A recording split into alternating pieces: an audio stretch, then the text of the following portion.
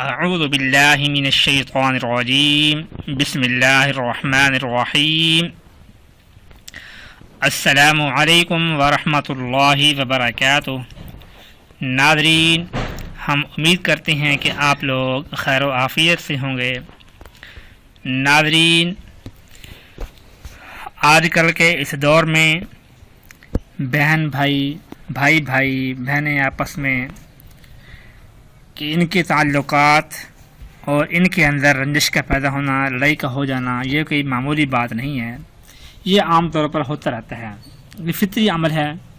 کہ خون کے اندر بھی کوئی نہ کوئی چھوٹی موٹی بات ہو جاتی ہے اور اس میں لڑائی جھگڑا پیدا ہو جاتا ہے۔ تو اسی دوران اگر ماں باپ نے کچھ جائیداد چھوڑی ہے تو بھائی اگر اپنی بہنوں کو ان کا حصہ نہیں دے رہے اور بہنیں چاہتی ہیں کہ ان کو ان کا حصہ مل جائے، جتنا بھی ان کا حصہ بنتا ہے،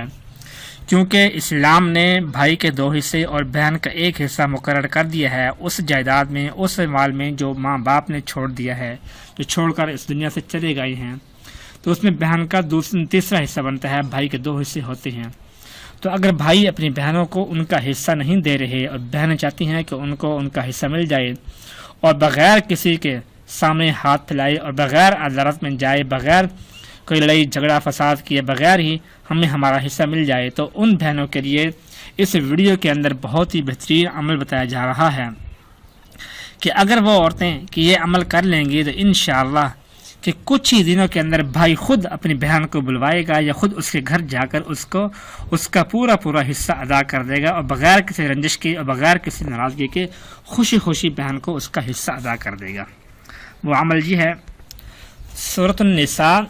پارہ نمبر 4 میں سورۃ النساء ہے۔ سورۃ النساء کی آیت نمبر 11، یہ آیت نمبر 11 ہے جو کہ مشہور ہے، یوصیکم اللہ کے نام سے یہ آیت مشہور ہے۔ اس آیت میں آپ نے ایک حصہ پڑھنا ہے، اعوذ باللہ من الشیطان الرجیم للذکر مثل حظ الانثیین فإن کن نساء فوق اثنتین فلہن ثلثا ما ترک۔ یہ حصہ پڑھنا ہے آپ نے، جس کا مطلب ہے کہ جو مرد ہیں ان کے لیے 2 عورتوں کے 1 حصے کے برابر ملے گا، پس اگر عورتیں ہیں 2 سے زیادہ تو ان کو پھر تیسرا حصہ ملے گا۔ مطلب کیا ہے؟ آپ نے مطلب کو نہیں دیکھا بلکہ اس آیت کو پڑھنا ہے آپ نے۔ مطلب اس کا یہ بنتا ہے کہ بھائی کے لیے 2 حصے ہیں اور بہن کے لیے 1 حصہ ہے، تو اس میں وراثت کے تقسیم، وراثت کے سارے احکام بیان کیے گئے ہیں۔ تو جو عورت چاہتی ہے کہ اس کو اس کے ماں باپ کے جو چھوڑا ہوا حصہ ہے اس میں سے اس کو اس کا اپنا حصہ مل جائے، آپ نے بس للذکر مثل حظ الانثیین فإن کن نساء فوق اثنتین فلہن ثلثا ما ترک۔ یہ حصہ اس کو پڑھنا ہے آپ نے۔ اس کے پڑھنے کا طریقہ یہ ہے کہ آپ نے 11 دن تک مسلسل یہ عمل کرنا ہے،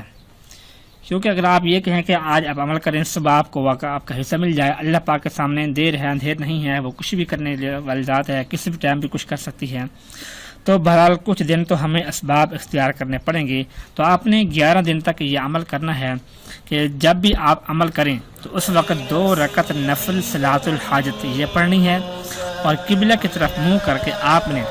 کہ اپنے بھائی کا نام، کہ جیسے ہی آیت شروع کریں گے، شروع کرنے سے پہلے اپنے بھائی کا نام لینا ہے کہ آپ کے بھائی کا جو بھی نام ہوگا تو اس کا نام لے کر اس آیت کو پڑھنا ہے۔ جب یہ آیت پوری جتنا حصہ آپ کو بتایا ہے کہ جب پوری کر لیں گے تو آخر میں پھر اپنے بھائی کا نام لینا ہے آپ نے۔ تو اس طرح آپ نے 11 دن تک یہ عمل کرنا ہے اور 21 مرتبہ اس آیت کو پڑھنا ہے۔ اول آخر 11 مرتبہ درود پاک اور درمیان میں 21 مرتبہ اس آیت کو پڑھ کر تو آیت کے شروع میں اور آخر میں اپنے بھائی کا نام لینا ہے کہ اللہ پاک یا اللہ میرے بھائی کے دل کو نرم کر دے اور مجھے وہ اپنا حصہ دے دے۔ تو اس طرح 21 مرتبہ آیت کو پڑھنا ہے، 42 مرتبہ آپ نے اپنے بھائی کا نام پکارنا ہے۔ تو یہ عمل اس طرح کرنا ہے 11 دن تک مسلسل، اور یہ خیال کریں کہ جس وقت بھی آپ عمل کریں پھر 11 دن تک اسی وقت میں ہی آپ کو عمل کرنا ہوگا، اس وقت میں آپ نے تبدیلی بالکل بھی نہیں کرنی۔ تو اس کے لیے بہتر یہ ہے کہ کوئی بھی ایک نماز خاص کر لیں کہ ظہر کی نماز ہے یا عصر کی ہے، جو بھی آپ کو آسان ہو، کہ فجر، ظہر، عصر، مغرب، عشاء، کسی بھی ایک نماز کے بعد آپ نے یہ عمل شروع کرنا ہے، پھر 11 دن تک اسی نماز کے بعد ہی آپ کو یہ عمل کرنا ہوگا۔